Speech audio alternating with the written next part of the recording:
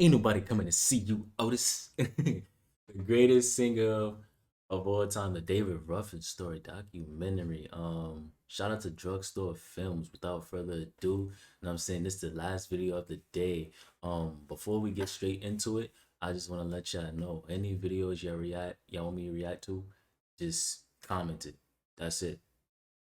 If it's a documentary, anything, I don't really react to music too much because of the whole copyright claim situations, and they try to play like it's just a copyright claim, and then further along down the line, next thing you know, like as time passed, for some weird reason it'll turn into a strike.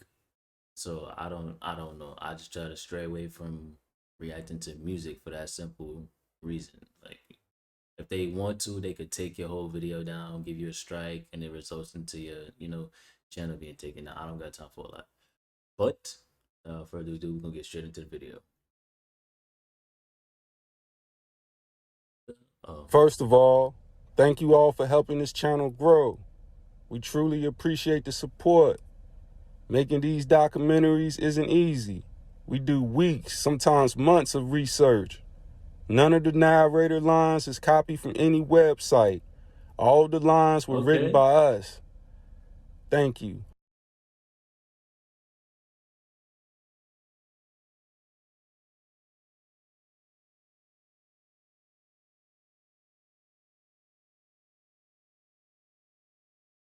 You're watching the David Ruffin story. Sit back and relax. David Eli Ruffin, born on January 18, 1941 in Wynant, Mississippi. His mother, Ophelia Ruffin, died when David was only 11 months old. David's father, Elias Ruffin, was a Baptist minister. He was very strict and at times abusive. David, along with his siblings Quincy, Rhea May, and Jimmy, all grew up in church. As a child, David, along with his siblings, traveled with their father and their stepmother as a family gospel group. They opened shows for Mahalia Jackson and the Five Blind Boys of Mississippi and others. David later began singing in the choir at Mount Salem Methodist Church. Around 1955, a 14-year-old David left home under the guardianship of a minister by the name of Eddie Bush and went to Memphis, Tennessee. A year later, David went to Hot Springs, Arkansas with the jazz musician Phineas Newborn Sr. and played at the 50 Grand Ballroom and Casino. David began going by the stage name Little David Bush and continued singing in talent shows. He would later become a member of the Dixie Nightingales and even sang with the Soul Stirrers. As a teenager, David met later popular musicians such as Elvis Presley, Little Richard, Frankie Lemon, Bobby Womack, the Staple Singers, and more. A few of David's singing It's a idols had different left era, gospel music man. and gone secular. David decided to do the same.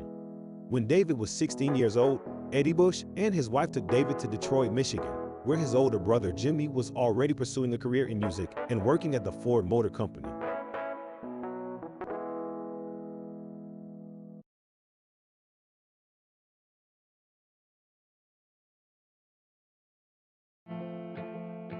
David would eventually meet Berry Gordy Jr. David temporarily lived with Gordy's father, who was a contractor, and built the Hitsville USA building. Gordy started Tamla Records and used the building as its headquarters. Jimmy Ruffin later signed to the label. In 1958, David recorded his first release record with the songs You and I and Believe Me under Vega Records. David later signed with Anna Records, began recording with the Voice Masters. He later signed as a solo artist, but the songs didn't do well. In 1961, David married his first wife, Sandra Barnes. The two had 3 daughters together. I'm so, I'm so used to the movie that looking at him, it'd be like, yo, that's not him. But I keep forgetting that was just a movie. Times was hard for 20-year-old David. His music career wasn't looking good. He still had to work regular jobs to feed his family. The Temptations were struggling at the time as well. You're My Dream Come True in 1962 was the group's biggest song at the time. After the failure of I Want the Love I Can See, led by Paul Williams, the Temptations were really in need of a hit. Group member Elbridge Bryant began getting drunk and causing problems in the group. He even allegedly struck Paul across the face with a glass bottle once. Damn. Bryant's negative energy was destroying the group. In 1962, Jimmy Ruffin was drafted for national service. He returned in 1964 and continued working for Motown. He went on a Motown review tour with the Temptations and was offered the opportunity to join the group, replacing Elbridge Bryant. But after hearing his younger brother David sing, the Temptations decided to give the job to David instead. David's voice was special. Not only could he sing, David could dance as well, unlike his brother Jimmy.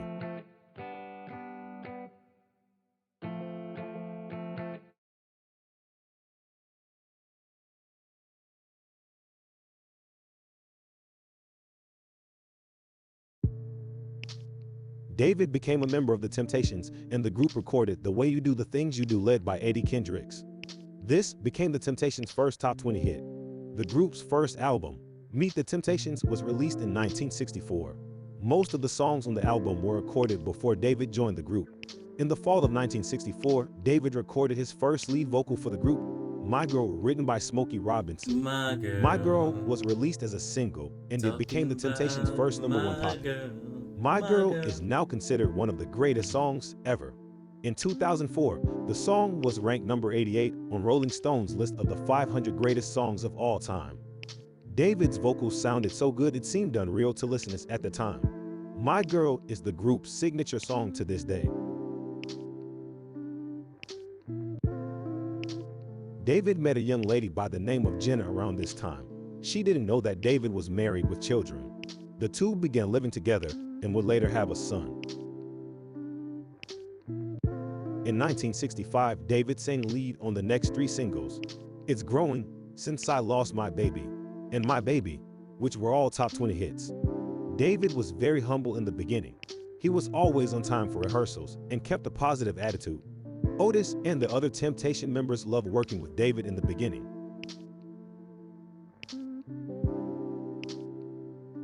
In 1966, a young songwriter and producer by the name Norman Whitfield was ready to work with the Temptations. Gordy told Norman if the group's single, Get Ready, failed to chart in the top 20, he had the green light to produce the next single.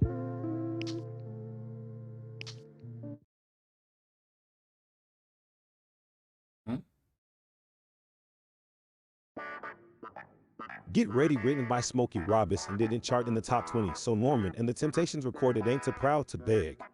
David's voice on the song gave people chills.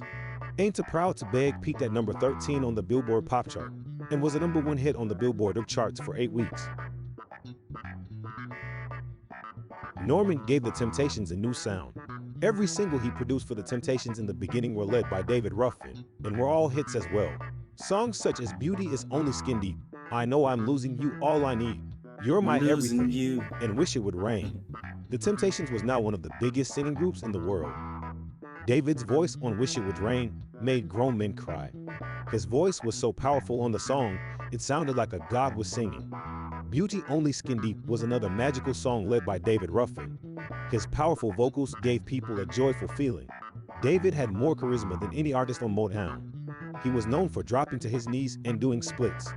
Women have passed out and even had orgasms hearing and watching David perform.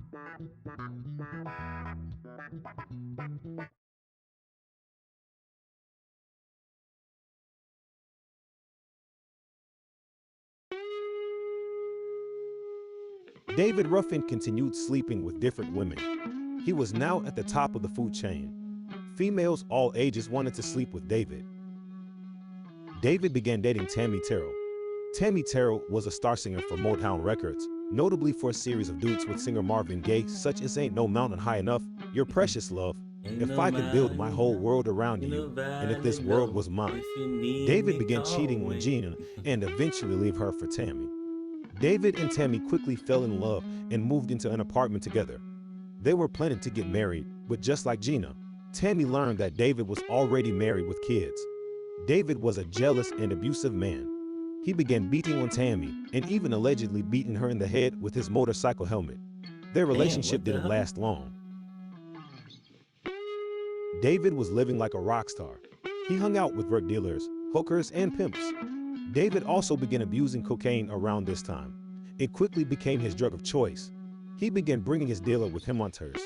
David loved hanging out in the streets. He even carried around guns for protection.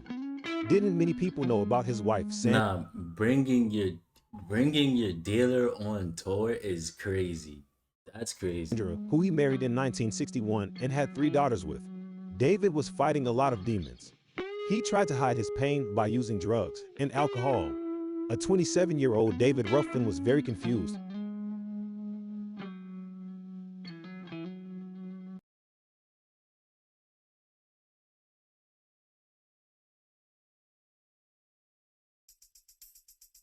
David began thinking that he was responsible for the group's success. He became very Nobody come and see cocky you, and hard to Otis. work with. David began drinking a lot and using drugs. In the late 60s, LSD was becoming popular in black communities. David was becoming a party animal.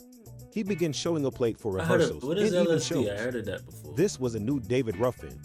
He stopped riding with the rest of the group when they went on tours. David rode in back of a black limo with mink floors along with Tammy Terrell.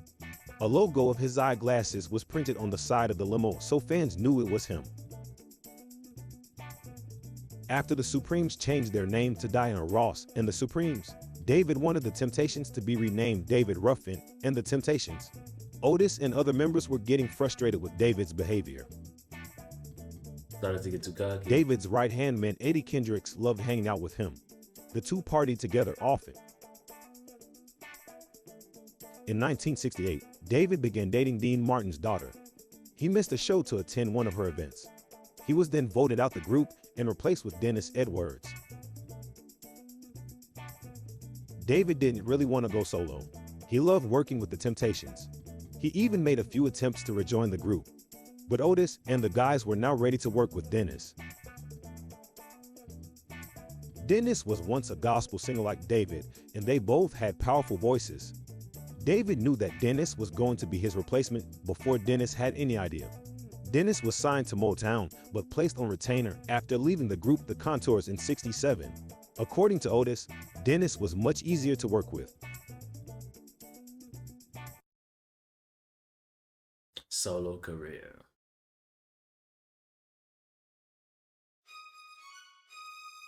In October 1968, Ruffin filed suit against Motown Records, seeking a release from the label and an accounting of his money. Motown countersued to keep the singer from leaving the label, and eventually the case was settled.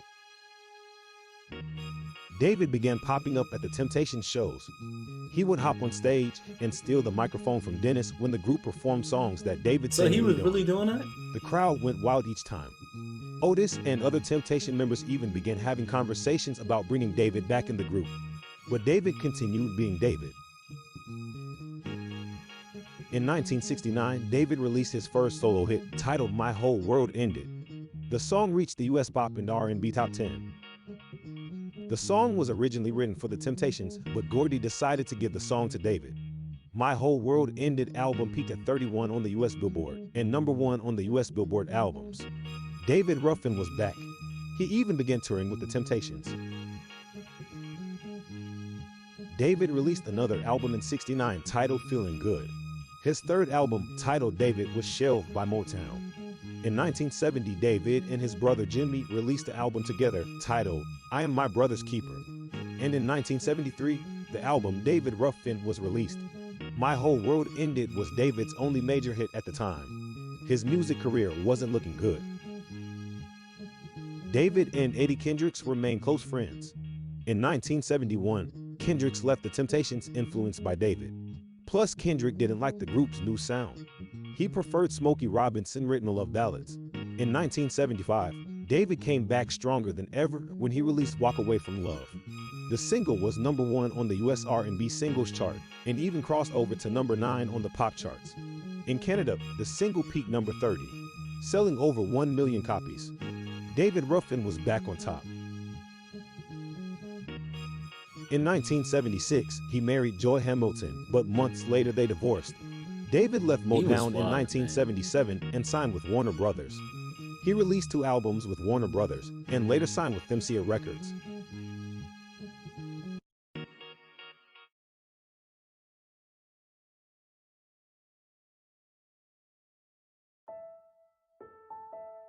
In the 80s, David became addicted to crack cocaine. In 1982, he served 4 months in prison for failing to pay taxes. David allegedly began dealing crack cocaine. He was arrested after a raid at a Detroit crack house in the summer of '87. He was charged with cocaine possession with intent to distribute.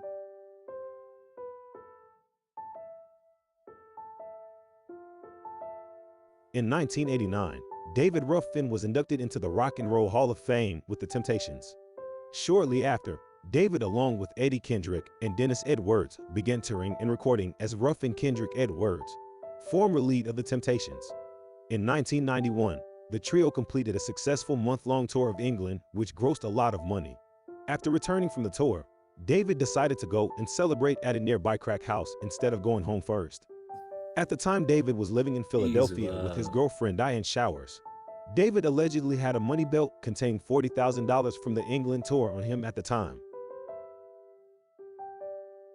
David and a man named Donald had allegedly went to visit a guy named William in West Philadelphia. Donald was allegedly David's driver, and William was David's runner. David would often go over to William's place to score crack cocaine. William was a middleman who knew drug dealers in West Philly. Not only did William score crack for David, he provided David a place to hang out and use the crack as well. William's place was the hangout spot for users, dealers, and even prostitutes. David and William had allegedly split 10 vials of crack cocaine at William's house. David allegedly collapsed inside the West Philadelphia house. David was taken to the hospital by a limousine and was escorted to the waiting area by his driver. David Ruffin was later pronounced dead. He was 50 years old. I'm surprised he even made it that far with the crazy lifestyle he was living.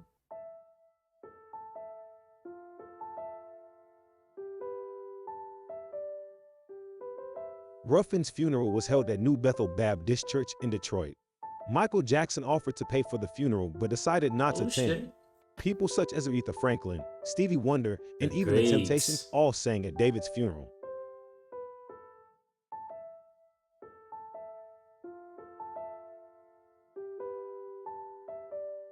Could no one sing like David Ruffin, said Martha Reeves. David's voice came from his soul. Some say listening to David Ruffin sing is like listening to a ghost. His voice describes how all men feel when their heart's broken. Marvin Gaye once said Ruffin's voice made him remember that when women listen to music, they want to feel the power of a real man. Daryl Hall once said, David's voice had a certain glorious anguish that spoke to people on many emotional levels. David himself said, he don't know what kind of voice he have. He said it's just about the feeling he get for the song. Rod Stewart said David's voice on I Wish It Would Rain jumped out of the speakers and ravished his soul. David Ruffin is now a legend. His music will live forever.